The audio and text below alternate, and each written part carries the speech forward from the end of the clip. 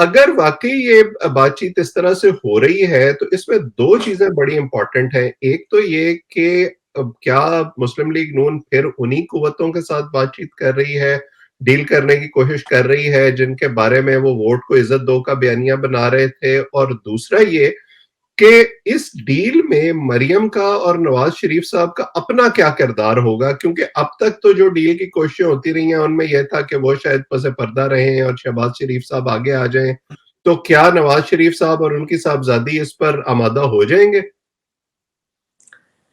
دیکھیں میرے خیال میں میاں صاحب نے یہ کچھ انفارمیشن ہے کہ اس حد تک ضرور فوج کو انڈیکیٹ کیا ہے اسٹیبلشمنٹ کو کہ وہ میاں شہباز شریف کے نام پر ایگری ہو سکتے ہیں اگر دوسری سائڈ سے کچھ بہتر طریقے سے کنسیشنز ملیں.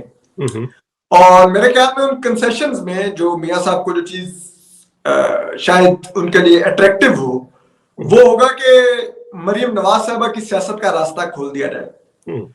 تو پھر اگر ایک ٹرم میاں شہباز شریف کر بھی لیں تو یہ تو خیر میاں نواز شریف اپنے جو ہماری ذرائع کے مطابق جو ان کے قریبی لوگ جو ان کے ساتھ لندن میں بیٹھتے ہیں ان سے بھی باتوں میں وہ یہ ذکر کرتے ہیں کہ مریم کی ابھی کافی عمر پڑی ہے, وہ بعد میں بھی پرائم منسٹر بن سکتی ہیں, کوئی اتنی جلدی نہیں ہے ان کو مجھے پرائم منسٹر بنانے کی.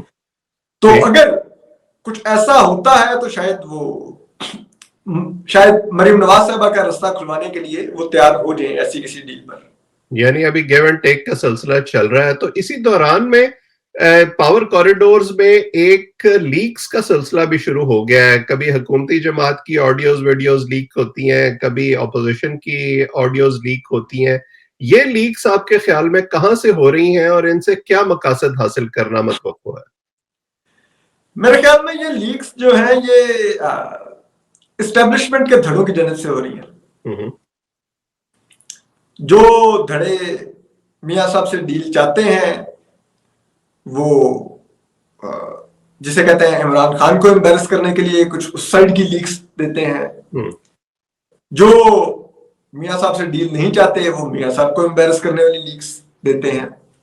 تو یہ شاید کچھ اس طرف سے ہو رہا ہے کہ کسی طرح سے ڈیل کو ڈیریل کیا جائے. کچھ جو آپ نے اگر آپ کو یاد ہو جو میاں وہ محمد زبیر صاحب کی ایک مبینہ ویڈیو آئی تھی وہ بھی اسی سلسلے کی کڑی تھی. وہ شاید جو میاں صاحب سے اس وقت ایک براہ راست بات چیت شروع ہوئی تھی اور اس بات چیت میں جو میاں صاحب کے ایک میسنجر تھے وہ زبیر صاحب تھے.